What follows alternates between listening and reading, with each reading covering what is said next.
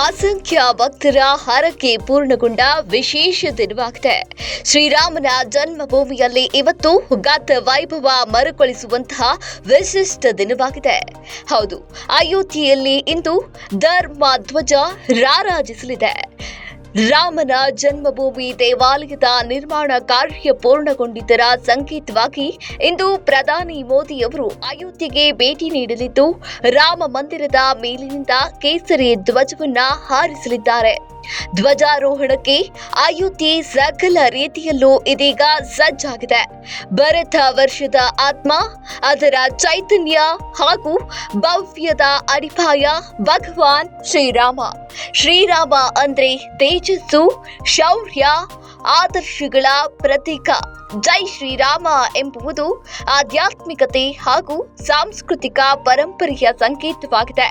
ದಶರಥ ನಂದನ, ಜಾನಕಿ ರಮಣ, ಶ್ರೀರಾಮನ ಜನ್ಮಭೂಮಿಯಲ್ಲಿ ಕೋಟಿ ಕೋಟಿ ಭಕ್ತರ ಕನಸು ಸಾಕಾರಗೊಂಡಂತಹ ಕ್ಷಣ ಇದಾಗಿದೆ.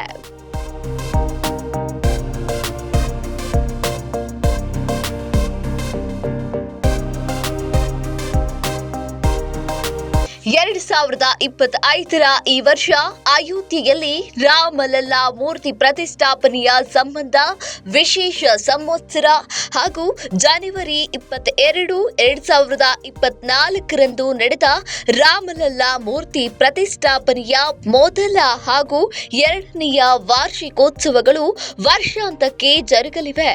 ಇದಕ್ಕೂ ಮುನ್ನ ಈಗ ಶ್ರೀರಾಮ ದೇಗುಲ ನಿರ್ಮಾಣ ಕಾರ್ಯ ಸಂಪೂರ್ಣಗೊಂಡಿರುವಂತಹ ಹಿನ್ನೆಲೆ ಇವತ್ತು ಧ್ವಜಾರೋಹಣಕ್ಕೆ ಸಕಲ ಸಿದ್ಧತೆಯನ್ನ ನಡೆಸಲಾಗಿದೆ.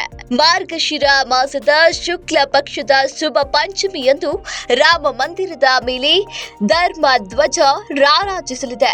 ಇವತ್ತು ಪ್ರಧಾನಿ ಮೋದಿ ಅಯೋಧ್ಯೆಗೆ ಆಗಮಿಸಲಿದ್ದು ರಾಮ ಮಂದಿರದ ಮೇಲೆ ಕೇಸರಿ ಧ್ವಜವನ್ನ ಪ್ರತಿಷ್ಠಾಪನೆ ಮಾಡಲಿದ್ದಾರೆ.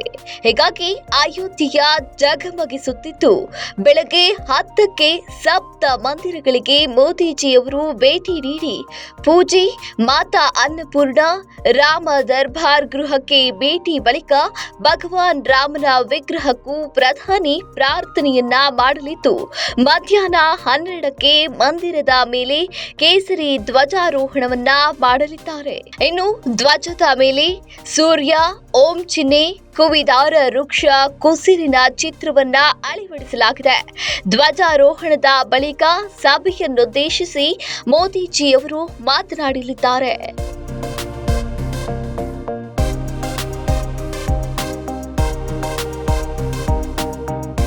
ಈಗಾಗಲೇ ಅಯೋಧ್ಯೆಯಲ್ಲಿ ಸಿಎಂ ಯೋಗಿ ಆದಿತ್ಯನಾಥ್ ಧ್ವಜಾರೋಹಣ ಮಹೋತ್ಸವದ ಸಕಲ ಉಸ್ತುವಾರಿಯ ಜವಾಬ್ದಾರಿಯನ್ನ ಹೊತ್ತಿದ್ದಾರೆ. ಆರ್ಎಸ್ಎಸ್ ಮುಖ್ಯಸ್ಥರಾಗಿರುವಂತಹ ಮೋಹನ್ ಭಾಗವತ್ ಸೇರಿ ಹಲವು ಹಿಂದೂ ಸಂಘಟನೆಗಳ ಮುಖಂಡರು, ಗಣ್ಯರು ಅಯೋಧ್ಯೆಗೆ ಆಗಮಿಸುತ್ತಿದ್ದಾರೆ. ದೇಶದ ಮೂಲೆ ಮೂಲೆಗಳಿಂದಲೂ ಭಕ್ತರು ಕೂಡ ಇಲ್ಲಿ ಭಾಗಿಯಾಗಲಿದ್ದಾರೆ. ಇನ್ನು ಈ ಒಂದು ಹಿನ್ನೆಲೆ ಅಯೋಧ್ಯೆಯಲ್ಲಿ ಬಿಗಿ ಬಂದೋಬಸ್ತ್ ಅನ್ನ ಕೈಗೊಳ್ಳಲಾಗಿದ್ದು ಭದ್ರತೆಗಾಗಿ ಒಟ್ಟು 6,970 ಸಿಬ್ಬಂದಿಗಳನ್ನ ನಿಯೋಜಿಸಲಾಗಿದೆ. ಈ ಮೂಲಕ ಸಣ್ಣ ಅಹಿತಕರ ಘಟನೆ ನಡೆಯದಂತೆ ಹದ್ದಿನ ಕಣ್ಣನ್ನ ಇರಿಸಲಾಗಿದೆ. ಇನ್ನು ಈ ಧ್ವಜಾರೋಹಣದ ಉದ್ದೇಶಿಸಿ ಸಂಜೆ ಇಡೀ ಅಯೋಧ್ಯೆಯನ್ನ ದೀಪ ಅಲಂಕಾರವನ್ನ ಗೊಳಿಸಲಾಗಿದೆ. ಅಷ್ಟೇ ಅಲ್ಲದೆ ಈಗಾಗಲೇ ಹೂವುಗಳಿಂದ ಇಡೀ ಅಯೋಧ್ಯೆ ನಗರವನ್ನ ಅಲಂಕಾರಗೊಳಿಸಲಾಗಿದೆ. ಲೇಸರ್ ಲೈಟ್ ಮೂಲಕ ಶ್ರೀರಾಮಚಂದ್ರನ ಜೀವನದ ಕಥೆಯನ್ನ ಅಲ್ಲಿ ಬಿತ್ತರಿಸಲಾಗುತ್ತಿದೆ.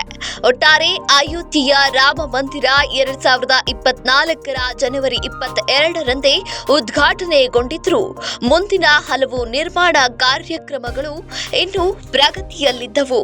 ಈಗ ಎಲ್ಲಾ ಕಾರ್ಯಕ್ರಮಗಳು ಸಂಪೂರ್ಣಗೊಂಡಿದ್ದು ಐತಿಹಾಸಿಕ ಸಮಾರಂಭಕ್ಕೆ ರಾಮನ ಜನ್ಮಭೂಮಿ ಮಧುವಣಗಿತ್ತಿಯಂತೆ ಸಿಂಗಾರಗೊಂಡಿದೆ. ಇವತ್ತಿನ ಧ್ವಜಾರೋಹಣ ಮೂಲಕ ರಾಮ ರಾಜ್ಯದ ಹೊಸ ಯುಗದ ಆರಂಭಕ್ಕೆ ಸಾಕ್ಷಿಯಾಗಲಿದೆ.